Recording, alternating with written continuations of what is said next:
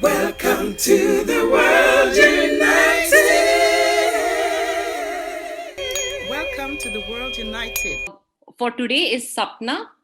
Originally from Nairobi, Kenya, Sapna is a conscious entrepreneur, intuitive energy expert, and transformational coach who has been practicing healing arts for over 20 years with a focus on the discovery of soul purpose and alignment. She draws from ancient Eastern modalities as well as Western science in her practice to help her clients bring awareness to beliefs and that have been limiting access to their purpose and authentic self. Sapna brings her deep faith in divine, her acute intuitive abilities, and fascination with unique divine journey of mankind to facilitate life-changing healing work to all that she can help. And she would like to help people reclaim their personal power from a place of self-love. Sapna is the founder of Soulful Living, a wellness company that brings people and experts from across the world to a sacred space and retreats, mainly in Kenya and globally from 2021. Thank you so much, Sapna. Thanks for being with us. Your topic for today is reawakening of the divine feminine. Over to you. Thank you, and greetings to you all. What a beautiful introduction. It is my deep honor and pleasure to be here with you all. And I am so excited. Yesterday was a wonderful day. And today, as we go deeper into the divine feminine, it gives me so much joy in my heart to be here. So, thank you all. I would like to start with just a small grounding and opening of the heart as we move into the energy of the divine feminine. So I invite you to just take a little comfortable position on your wherever you're sitting or lying down, and just gently closing your eyes.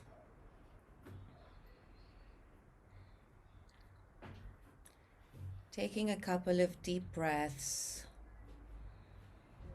in through the nose, as deep into your stomach as you possibly can go, and softly exhaling through your mouth.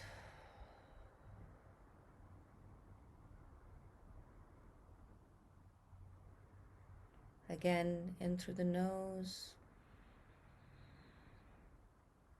deeply into the depths of your stomach, and exhaling softly through your mouth. And as you allow your breath to settle into its natural rhythm, I'd like you to bring your awareness to your heart center. You can do this by placing your hand on your heart and allowing your attention or awareness to settle on where your hand will connect with your body. Just letting your awareness understand and feel where you are at right now in this present moment. Are you feeling light and happy? Or are you feeling tired and anxious?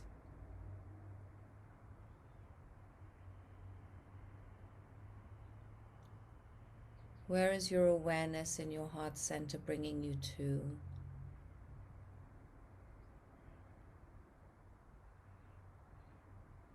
Just to allow yourself to take stock of where your energy sits right now. And now I'd like to invite you to take your awareness slightly deeper into your heart chakra. Imagine where your spine goes through the center of your body. Take your awareness to where your spine and your heart chakra meet. This is your heart center, between your sternum and the back of your rib cage.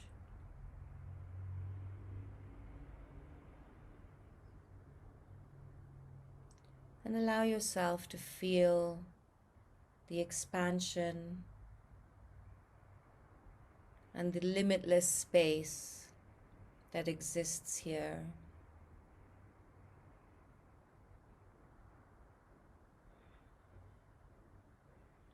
This is where the universe exists within you, the source, the divine, the unconditional love that created you.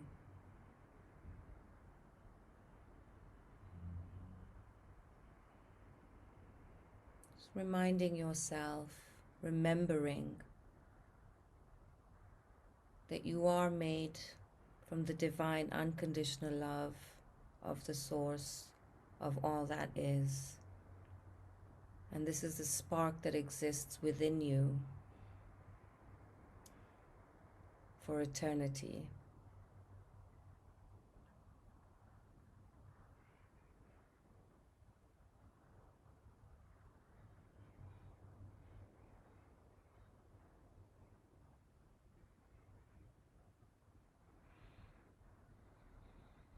And on your next in-breath, I'd like you to take a big, deep breath in and simply just exhale.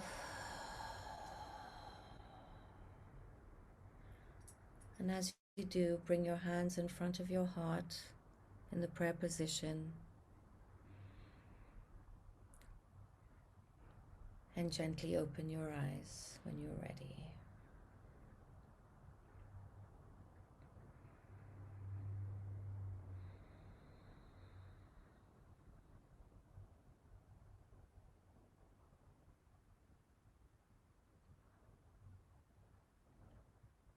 Wonderful.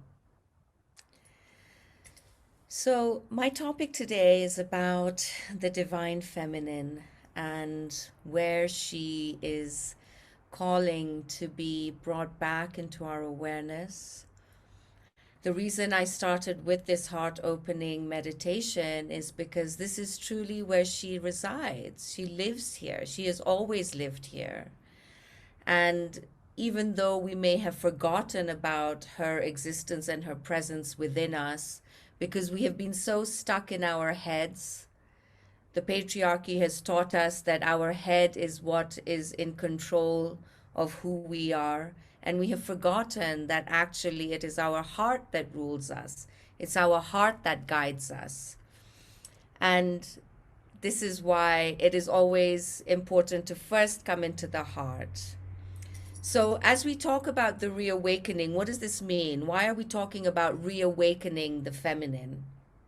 Well, energetically, on a planetary basis, within the way the astrology has been positioning itself over the last 2,000 years, it is the patriarchy that has come in with its energy, and the energy of the patriarchy is it's fixed, it's masculine, it's where time exists as a linear concept. It's about war and violence and aggression and ego, and power over others, which I think we've all been feeling very strongly in this energy, especially where 2020 has brought a lot of this to the surface. And we've been really trying to make sense of it, really trying to understand our position in it.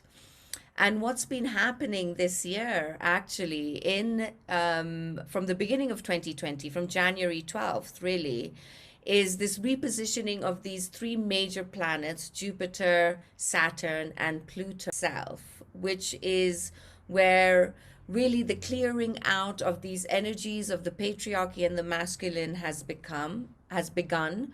in its final stages of being able to create the space and to clear through the chaos and the confusion to bring the clarity of the divine feminine back to our consciousness and our awareness, all moving towards this really powerful date of the 21st of December 2020, which we all know, well, I hope we all know, is this great meditation that's going to happen.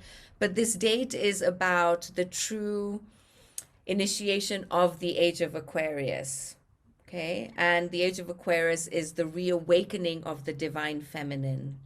What's so important to remember here, I feel, is that when we think back to where the planets may have been 4,000 years ago, when the last age of the feminine begun, we would not believe that they are positioned then 4,000 years ago exactly as they are positioned right now.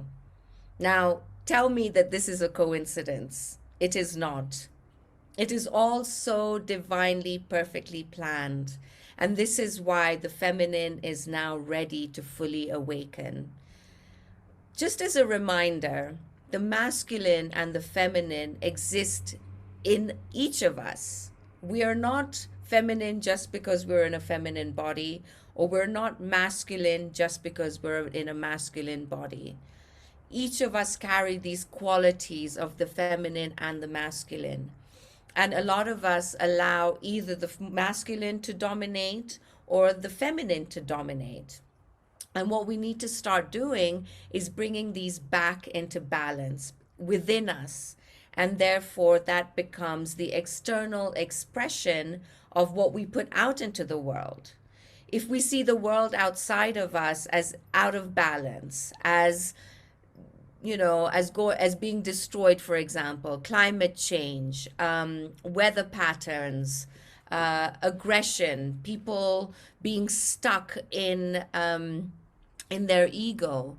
All of this is a reflection of what is going on inside of us.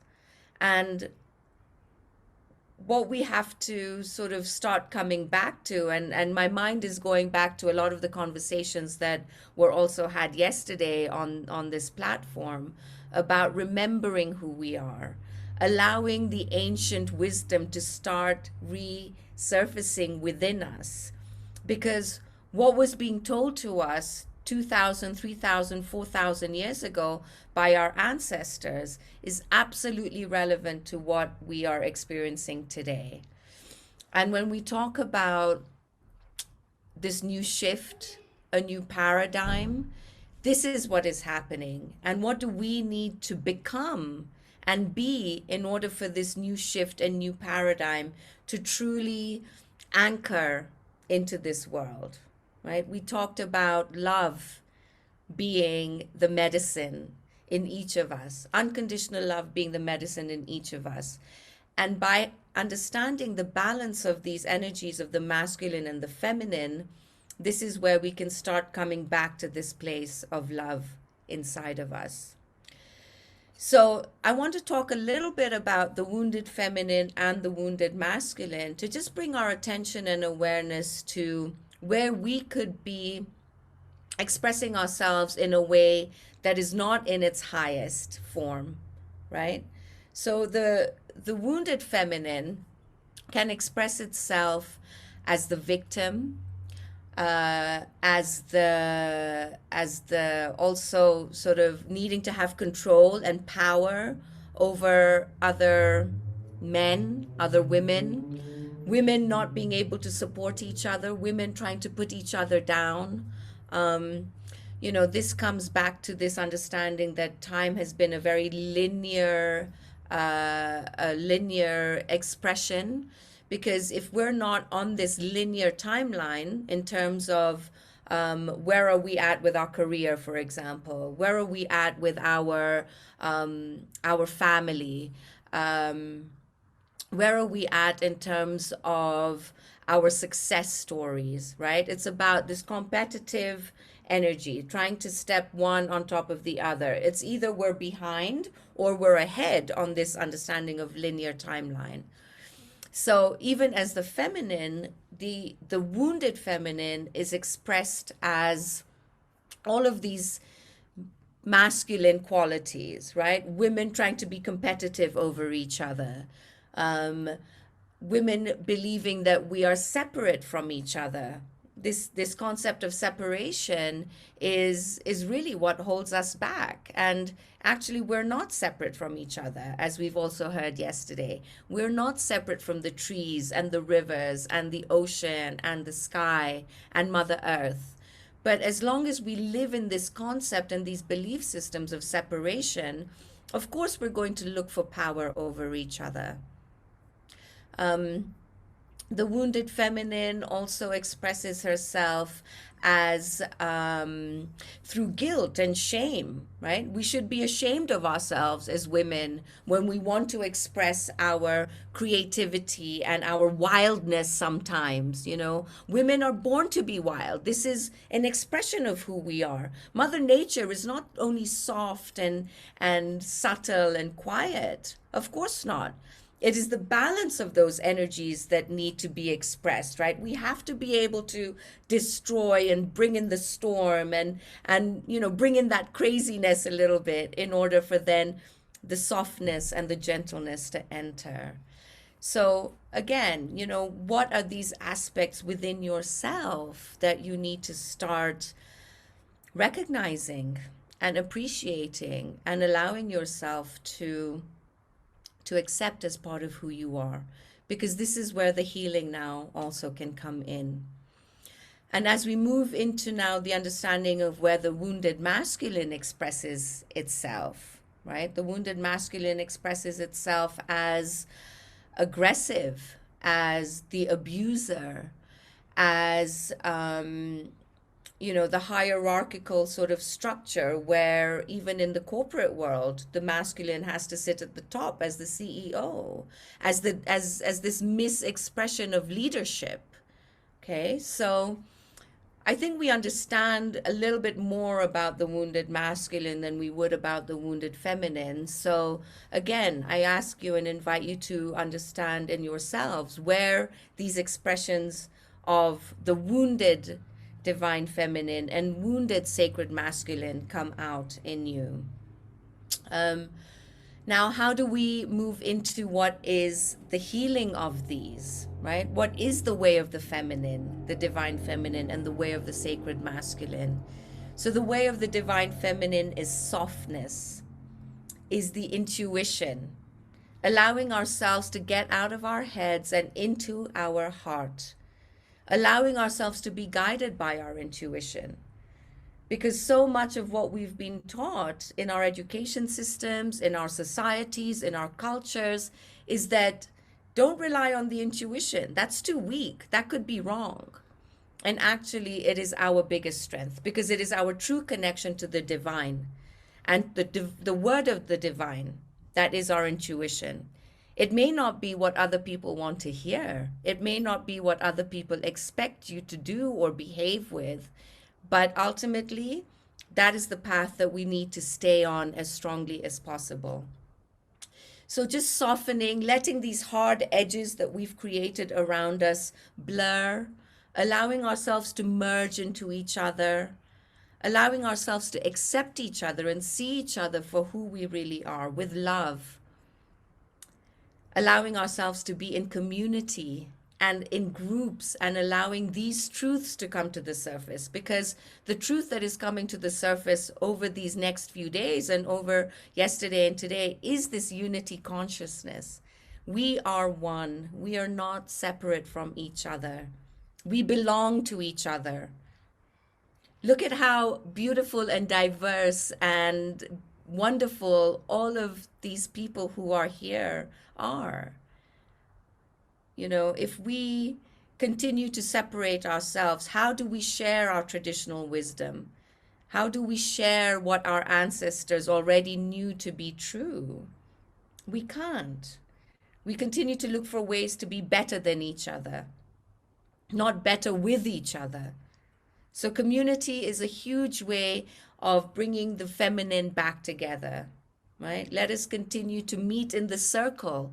The circle is also very relevant here because there is no hierarchy, right? I'm not higher than you. I hold space in the same way that you hold space. Your opinion is just as important as mine. Your experience is just as unique as mine. And so, with these values, this is how we now move forward into the new paradigm. What are the values of the sacred masculine, which is so important to also reawaken the divine feminine? She does not exist on her own, right? So the values of the sacred masculine are also very similar. The masculine is allowed to soften, is allowed to not have to be the one that is obligated to be the provider. We can find the balance in that. The women can just as much be the provider as the man, as the masculine. The sacred masculine can also connect into his childlike nature once again and still be in this awe and this wonder. There is nothing wrong with that. The other side of this is that the masculine doesn't have to have all the answers. None of us have to have all the answers. For me and what I've been experiencing in my work as we move into this energy of the feminine is that we don't know what is out there. We're in this place of co-creation. And what do we want that to look like? What is the world that we want to create for future generations, for our children? What is this? What does this look like to each of us? We want to be reminded that we are all available for this, right? Every single unique expression of each of us here is relevant. This is how we're going to create a world that we would be proud of to leave to our children and to leave to the future generations. By softening, by not needing to have all the answers, by allowing ourselves to stay in the flow, by allowing ourselves to receive the grace and the abundance of the divine, by taking responsibility for our actions and our thoughts and our deeds and our feelings, allowing ourselves to move into the higher vibrations of love and acceptance and devotion to each other. This understanding of daily practice of devotion is also key. Again, intuition is a muscle. Our connection to the divine has to be worked on a daily basis, as we've heard yesterday, and I'm just repeating this as a reminder today. And with this, who knows what kind of world we can create, right? It's not even imagined yet, and that's okay with me. We don't have to be afraid of the unknown. What we can actually envision is the coming together of everyone, of different peoples, cultures, backgrounds, genders, from a place of strength and compassion and mercy for each other, forgiveness, acceptance. Listening to the sound of Mate Jomai also gives me so much hope and desire to want to be a part of this. And with that, I really hope that today I have inspired you to step into your truth, step into your highest divine expression, because that is where you will find the balance. That is where you will find the abundance that you seek in your lives. And I truly hope that together we are inspired to be one and to be part of this unity consciousness that we are all so craving. Otherwise, we would not be here together. So with gratitude, I thank you all for being here with me today and presenting yourselves to be part of this amazing platform. Thank you so much, and namaste to you all.